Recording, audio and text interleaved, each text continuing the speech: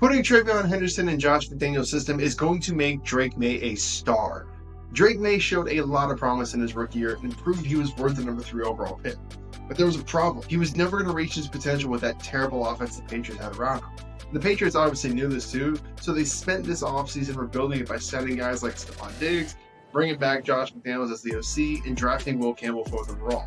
Sure, those guys are great, and Diggs adds firepower, and McDaniels knows how to build an offense, but the real X-factor this offseason? Treveyon Henderson. Understand why Treveyon is the key to unlocking this offense and to turning Drake Maye into a star. We need to talk about what kind of system Josh McDaniels has run before and what he might be building. Josh has been coaching the NFL for about 24 years now, and he spent 19 of those years with the Patriots, so fans should be pretty familiar with it. But just in case, for decades now he's been successful at running an up-tempo system that marries a downhill gap run scheme with play-action passes. A system that thrives when there's a running back who can explode through the holes that are created by Treveyon Henderson. What makes McDaniels' system unique, though, is its adaptability. Week to week, most offenses highlight a small package of plays from the playbook designed to exploit some specific weakness or defensive tendency, while still maintaining the core principles of the offense. But McDaniels' scheme can change its principles depending on the defense they're facing. So one week they may be running a lot of route concepts to beat zone coverage, and then the next week they switch to man beaters. The week after that, they could be a gap-heavy run team. And I'm sure you're thinking that adjusting your play calling to your opponent seems like a pretty no-brainer idea, but I promise you it's way more difficult than it sounds.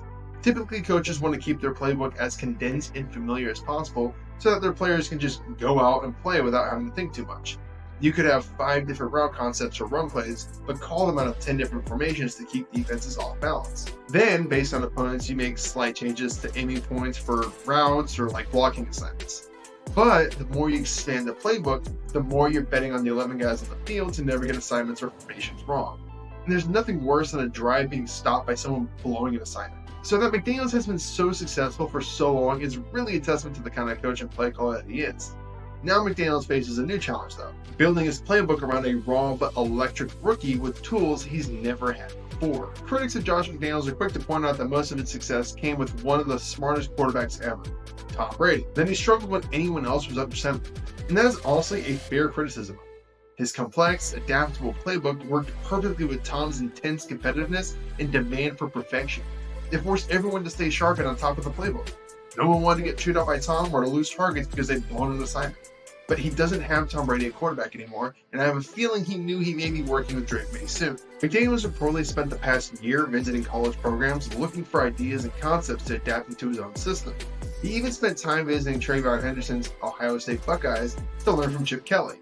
But what changes could McDaniels make that would benefit Maye the most? The closest he came to having a quarterback with this kind of skill set was Cam Newton back in 2020. But at that point, Cam's shoulder was being held together with duct tape.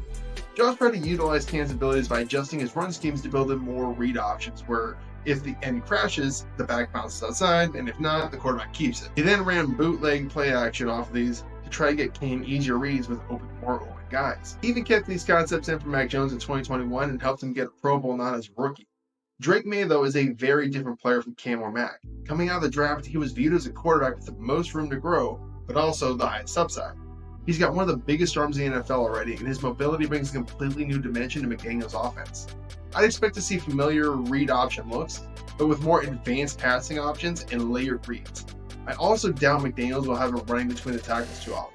Instead, McDaniels should use Maye the same way the Bills used Josh Allen, letting the explosive James Cook establish the run game, but using the threat of Allen's legs to keep defenses honest and open up the field. And Josh Allen has been at his best when the defenses are too worried about the run, and that only happens when there's a legit threat in the backfield. That's where Treveyon Henderson becomes essential to Drake Maye reaching his full potential. All the RPOs, play action concepts, and bootlegs in the world don't matter unless defenses genuinely fear the run. And that fear only happens when there's a back who can punish them for hesitating, even for a split second.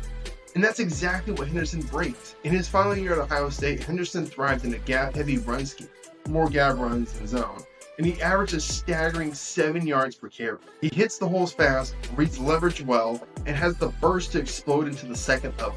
And that's the exact profile you wanted a running back working behind Josh McDaniels' downhill gap scheme offense. If McDaniels took anything away from the time he spent studying college offenses, including what Chip Kelly has been doing, it's that spacing and tempo are only dangerous when the defense has to respect every single throw on the field. With Henderson in the backfield, That threat is real on every snap. Once defenses start to key in on Henderson, everything else opens up. Play action shots downfield, more effective because linebackers and safeties are biting bootlegs. Maye has cleaner rollouts and clearer reads. Read options and RPOs, suddenly lethal. Because when the read defender crashes on Henderson, Maye's pulling the ball and running to wide open space. And with his athleticism, that often means it's just him and a safety left to beat. But it's not just the run game. Henderson's presence even helps Maye as a passer. He wasn't used much as a receiver in college, but his skill set should translate well into the screen game. A staple of McDaniels' offense to slow down aggressive pass rushers and create free yards. Having a back who can catch swing passes, leak into space, or punish soft coverage underneath gives Maye another easy outlet when things break down. Even more importantly, Henderson's a top-tier pass protector.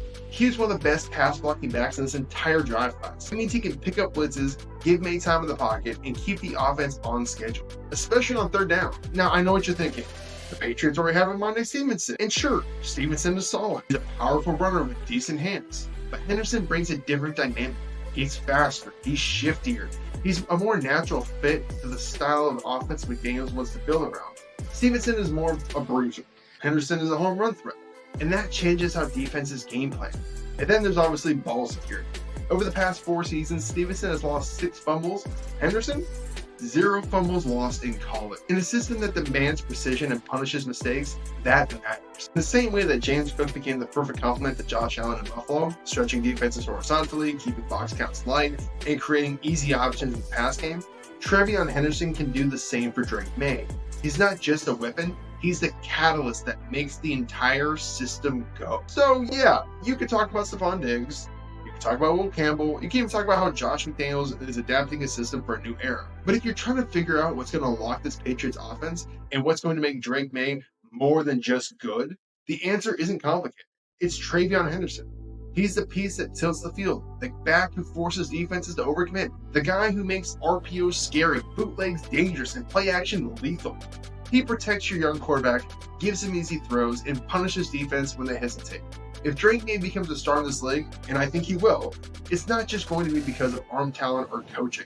It's going to be because the Patriots finally gave him the kind of dynamic playmaker that every young quarterback needs. Treveyon Henderson isn't just the future of the Patriots run game. He might be the key to the entire rebuild. But now I want to hear from you.